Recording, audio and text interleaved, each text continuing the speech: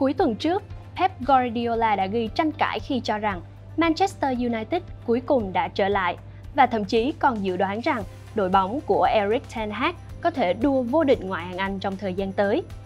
Liệu rằng đây có phải là những nhận định suông từ Guardiola? Manchester United rõ ràng đang có những kết quả khởi sắc gần đây. Tuy nhiên, đội bóng này vẫn còn kém đội dẫn đầu bảng Arsenal với khoảng cách 8 điểm. Và rõ ràng là không cần IQ của một nhà thiên tài thì cũng có thể nhận thấy rằng Manchester United còn rất nhiều điều phải làm. Và theo bình luận viên Jason Dasey, điều mà Manchester United còn thiếu chính là sự ổn định. Xin chào, tôi là Khánh Uyên và đây là podcast của Zing News.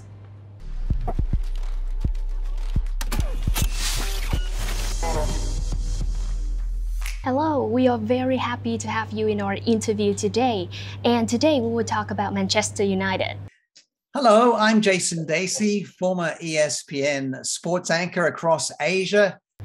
So the first question for you is that Pep Guardiola said Manchester United are finally come back to form and becoming great contender for Premier League title. So is it too soon to say that?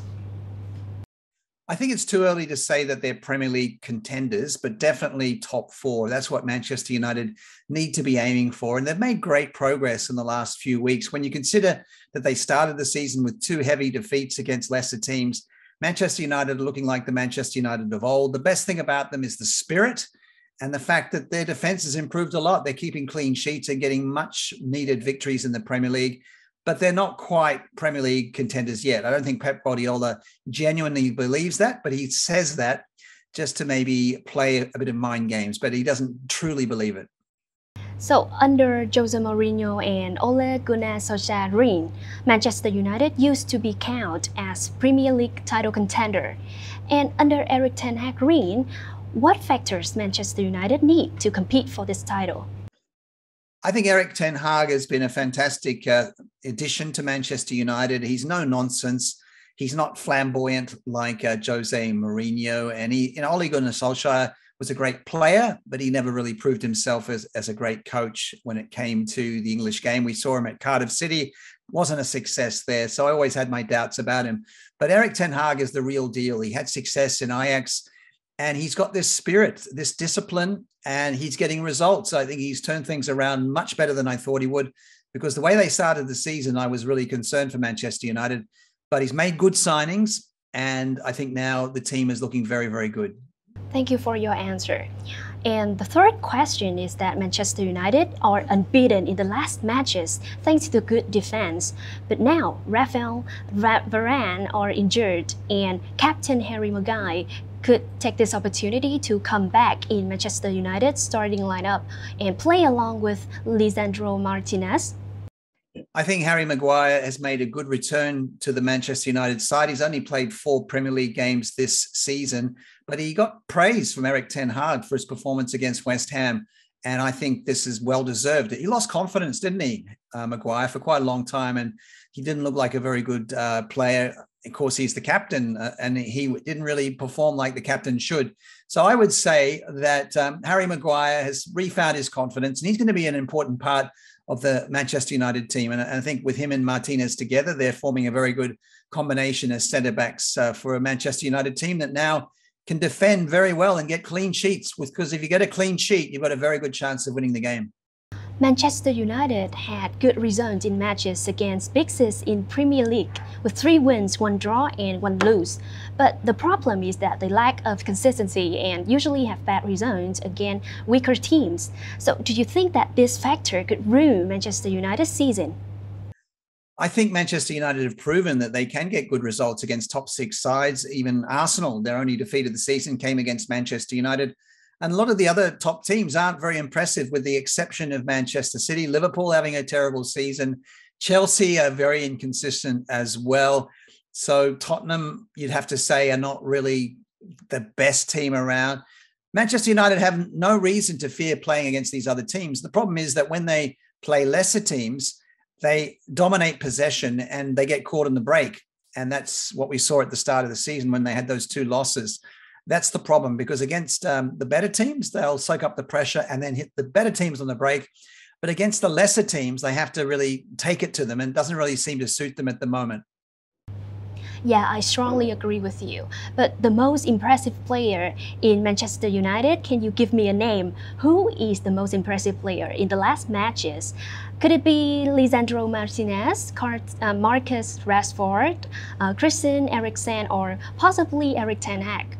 I think those three have played very well, but I'm going to give you two names. I'm going to give you David De Gea, and I'm going to give you Casemiro, because I think those two have done so well for Manchester United. And Casemiro, of course, came in from Real Madrid. I think he won 5 Champions League titles with Real Madrid, and of course, lots of other success and trophies. And he really is the missing piece in the puzzle. Him coming in has really firmed up Manchester United, playing in the midfield alongside Christian Eriksen.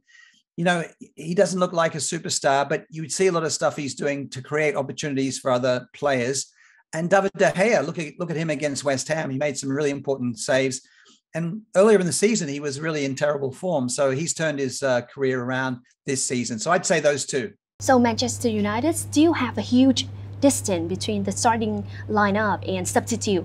But you know that World Cup 2022 will take place in the middle of the season. So Manchester United will be at a disadvantage for the rest of the season if the stars are overloaded.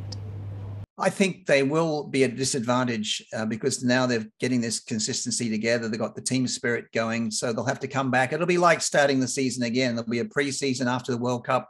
So who knows how it'll affect all the top teams, not just Manchester United, but they have a team and a squad full of internationals, don't they? So a lot of players will be involved in international duty. That won't be a great thing, but at least the World Cup's coming quite early in the season now compared to at the end of the season. So the players haven't played that much when you look at November is still fairly early in the season. Yeah, who knows how it's going to pan out. But I would say Manchester United would prefer not to have the World Cup and to be continuing to play as they are getting some really good results both in England, in the Premier League, and also in Europe in the Europa League. Yes, that's right. And Gary Neville said that Manchester United have a good chance to finish in the top 4 this season. But in case that Manchester United cannot compete for the Premier League title, so do you think that a Champions League ticket could satisfy Erik Ten Hag? I think getting the Champions League would be a great stepping stone. It's an improvement on what they did last season, and it would show the progress under Erik Ten Hag. Look, they're not Premier League contenders. No way. We saw them lose 6-3 to Manchester City just a few weeks ago, and they were completely outclassed. Honestly, it should have been probably 8-1 instead of 6-3 because Manchester City was so much better than Manchester United. But I reckon they could even get second or third. That's possible. Definitely a top 4 team. I expect them to get the top 4 because Chelsea are not that good. Tottenham aren't that good. Liverpool are so far behind. You've got, surprising teams there like Newcastle United. Maybe Newcastle United will be contending alongside Manchester United for a place in the top 4. And the next question for you is about Cristiano Ronaldo. He could leave Manchester United in January if he doesn't meet the requirement of Erik Ten Hag. But if Manchester United attackers with Brentford or Martial can maintain scoring performance for the rest of the season? I think Anthony Rashford has got his confidence back. He scored his 100th goal for Manchester United in all competitions against West Ham, and that's a couple of goals that he's got in recent weeks that have really boosted his confidence. And he's actually scored more goals this season. I think he's got 7 compared to 5 last season. So I like Marcus Rashford. He didn't have a good season last season, so he can definitely step up and get more responsibility. I've always liked Anthony Martial. I know he's not as consistent as perhaps many coaches would like, but coming off the bench, he can be absolutely electric. It's time for Cristiano Ronaldo to move on. I know Gary Neville and him have fallen out.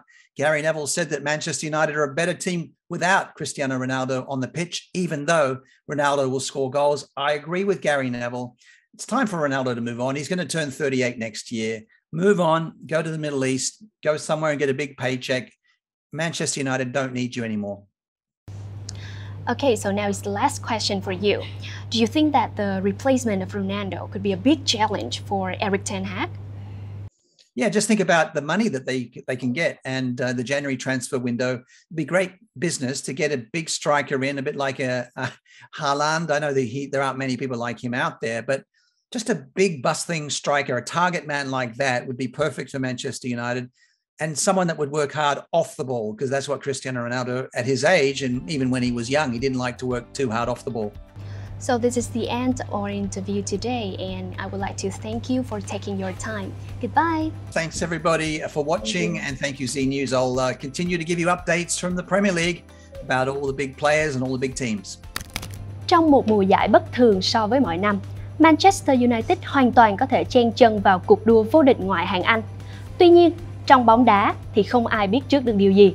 Và Manchester United của Mourinho hay là Solskjaer thì luôn cho chúng ta một cảm giác rằng họ có thể làm nên chuyện, nhưng rồi cuối cùng họ vẫn thất bại. Vậy, liệu Manchester United của Ten Hag có khác?